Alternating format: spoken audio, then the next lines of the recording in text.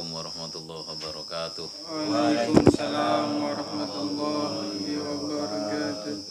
Para teman-teman jamaah sekalian, alhamdulillah wa syukurillah, dengan taufik dan hidayah Allah kita malam ini bisa silaturahim di negeri seberang, di kota Waringin. Perjalanan menempuh getek alat transportasi hari-hari masyarakat seberang. Alhamdulillah kita malam ini bisa sampai di sini. Semoga sampainya kita di sini bisa menghapus dosa-dosa kita, langkah kita dicatat pahala oleh Allah Subhanahu wa taala. Para jamaah sekalian, ini silaturahmi sebagaimana biasa, santai aja kita ya. Daripada kita ngobrol atau bepandir bahasa kita Kota Waringin yang tidak ada guna, karena kita berbuat laho sia-sia, percuma waktu kita. Nah, jadi kalau kita isi dengan sepatah dua kata, barangkali teman-teman ada yang mau ditanyakan, karena pengajian majelis kita sementara masih libur, menunggu majelis dimulai kan kita masih lama. Nah, daripada kita nunggu majelis dimulai, pertanyaan itu kita tahan terus, lebih baik kita sambil ngerokok, sambil ngopi, barangkali ada yang ditanyakan dari teman-teman sekalian, kami persilakan. Gimana? Ya. Assalamualaikum warahmatullahi wabarakatuh. Waalaikumsalam warahmatullahi wabarakatuh. Yang saya tanyakan ini Pak, pada zaman ini kan marak-maraknya sosial media. Jadi silaturahmi itu sebenarnya apakah cukup dengan sosial media atau lebih baiknya kita bertatap muka seperti ini? Mungkin itu saja. Oh ya, terima kasih. Ini bagus sekali dari teman kita yang sangat mungil ini. Ya, masih perlu imut-imut lah. Imut-imut. Jadi yang menanyakan, sekarang ini kan sudah semuanya rata-rata punya HP, punya handphone. Daripada kita susah-susah, padahal ada motor yang kotor tadi, kasihan lihat kotor. Jauh-jauh ke sini apa enggak? Baik kita lewat video call aja dari rumah, sama-sama saling memaafkan. Ya bagus juga. Cuma kelemahannya, karena dalam hadis itu disebutkan tasofahu yadhabil hillu angkulubikum, bersaling berjabatan tanganlah kalian, maka dendam atau sakit hati yang ada di kalian akan hilang. Jadi ketika kita lewat HP, ada yang tidak bisa kita kerjakan, yaitu berjabatan tangan. Jadi kalau kita saling memaafkan lewat HP, saling memaafkan chattingan sekarang lahir batin, bisa memang. Cuma ada sesuatu sunnah Nabi yang kita tinggalkan, yaitu saling berjabatan tangan. Ketika seseorang ada jarak di situ, karena ada sakit hati atau ada masalah kehidupan, sudah biasa sama manusia. Kalau tidak ada masalah berarti sudah meninggal, orang mati namanya. Kalau masih sama-sama hidup, pasti selama setahun ini ada permasalahan. Ketika kita saling berjabatan tangan dengan ikhlas, maka dendam, jengkel itu hilang. Itu diantaranya. Kalau lewat medsos kita tidak bisa. Dan lagi kata hadis Nabi kan, barang siapa sesama muslimnya bertemu lalu berjabatan tangan, selagi tangan itu belum bisa, dosanya berjatuhan ketika berjabatan tangan.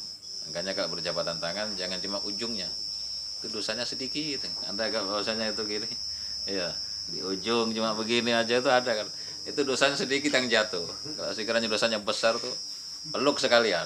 Tapi kalau sama lakinya, kalau kan sunnah salaman tuh sambil bersalaman, sambil kayak orang datang haji tuh.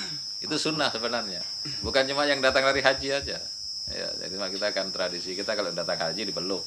Nah, kalau zaman dulu mungkin sangat rindu karena berbulan-bulan, sekarang belum pulang sudah ketemu video callan di Mekah. Jadi rindunya kurang. Jadi ada dua perkara yang diantaranya bisa kita tinggalkan kalau cuma lewat medsos. Satu, kita tidak bisa berjabatan tangan, padahal faedahnya jabatan tangan sangat besar, bisa menghilangkan kejengkelan kita sesama, dan juga bisa menggugurkan dosa di antara kita. Ya, makanya kita tetap kita silaturahim, datang ke rumah, dan hikmahnya besar lagi. Maaf ketika kita masuk ke rumah teman, sama rumah teman ini saya dalam hati, ya Allah mudah-mudahan saya bisa kayak ini. Ketika maaf ada di bawah kita, teman kita bersyukur, ya Allah masih rumah saya. Nah itu diantara hikmahnya. Alhamdulillah rumah saya masih begini, rumah teman begini, alhamdulillah. Nah itu diantara banyak hikmahnya. Kalau kita jelaskan semua malam ini, maka kita tidak sempat makan karena saya pun sudah tercium bau di belakang saya ini ya. Mungkin begitu. Saya tambah satu kali aja yang bertanya. Ya, Pak. Menurut saya Ustadz gini, kita kan buka pengajian, menurut saya pribadi pengajiannya apakah boleh ditambah harinya atau jamnya kayaknya saya ibaratnya agak Masih kurang. kurang memahami, ibaratnya kurang mendalami, kalau kurang ibarat jam tayangnya tadi. Oh, jam tayang. Ya, bagus ini dari Pak Darman. Ini memang orang sangat senang mencari ilmu mungkin. Ya. Di majelis kita itu kan seminggu cuma 2 kali. Ya, cuma malam Rabu dengan malam Sabtu. Jadi kalau bisa katanya seminggu tuh full. Ini perlu saya jelaskan teman-teman. Jadi mencari ilmu itu kita di masyarakat dengan waktu di pesantren lain. Kalau kita waktu nyantri di pesantren, memang waktu kita untuk nyari ilmu. Tapi kalau sudah kita bermasyarakat, maka waktu kita ada yang ke istri, ada yang ke anak, ada yang ke tetangga, ada yang ke teman. Itu kewajiban semua, kewajiban, bukan sunnah.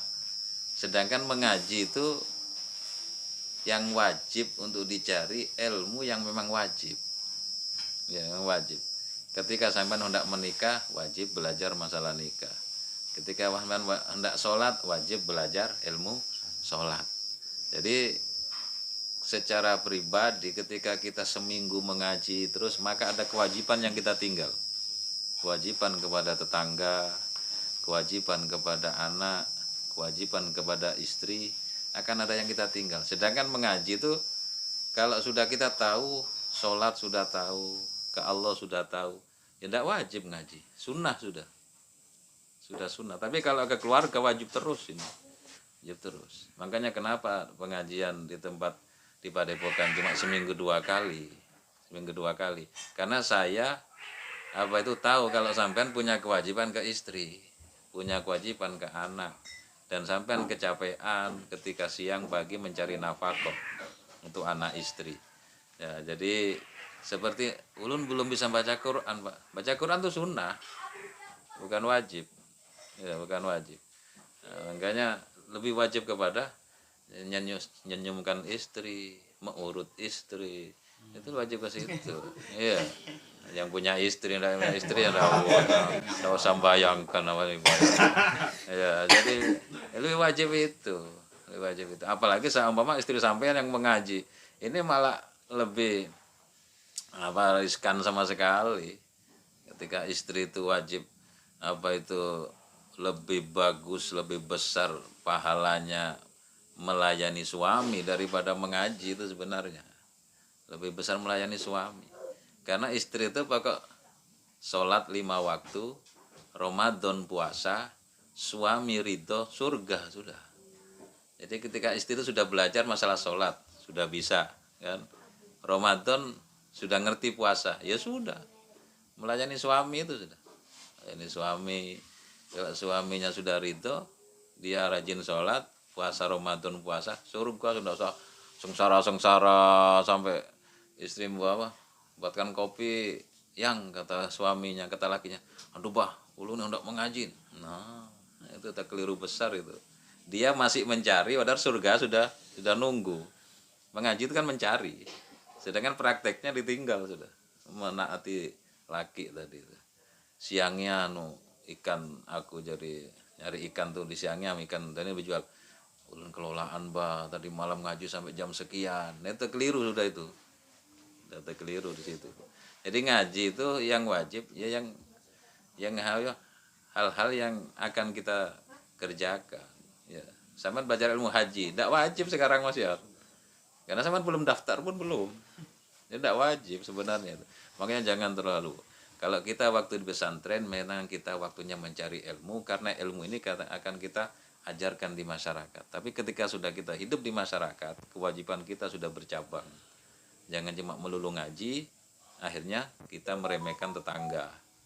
Undangan tetangga tidak hadir. Kenapa? Aku mengaji lah. Itu sudah keliru saudara. Ketika ada tetangga meninggal tidak hadir, kenapa? Aku mengaji lah. Padahal mengaji itu tujuannya biar menghormat tetangga. Berarti kalau masih mengaji terus, berarti belum prakteknya. Sampai yang jarang ngaji berarti sudah praktek. Ya, sudah praktek. Mereka masih kuliah, sampai sudah praktek. Ya lebih tinggi sampean. Ambil kan sini tinggi. Ya, Pak Suri tinggi. Ya kan. Siapa lagi tinggi? Herman. Nah, mungkin cukup itu. Untuk mungkin ada yang mau ditanyakan lagi, itu kita bertempat mungkin di rumah siapa lagi nanti ya. Nah, itu mungkin cukup itu, mudah-mudahan bisa menjadi tambahan wawasan dan ilmu kita, dan mudah-mudahan pertemuan kita diberkahi oleh Allah Subhanahu wa taala malam ini dan diridhoi oleh Allah Subhanahu wa taala. Amin ya rabbal alamin. Kurang lebihnya mohon maaf. Wallahul muwaffiq ila aqwamit thoriq. Assalamualaikum warahmatullahi wabarakatuh. Waalaikumsalam warahmatullahi wabarakatuh.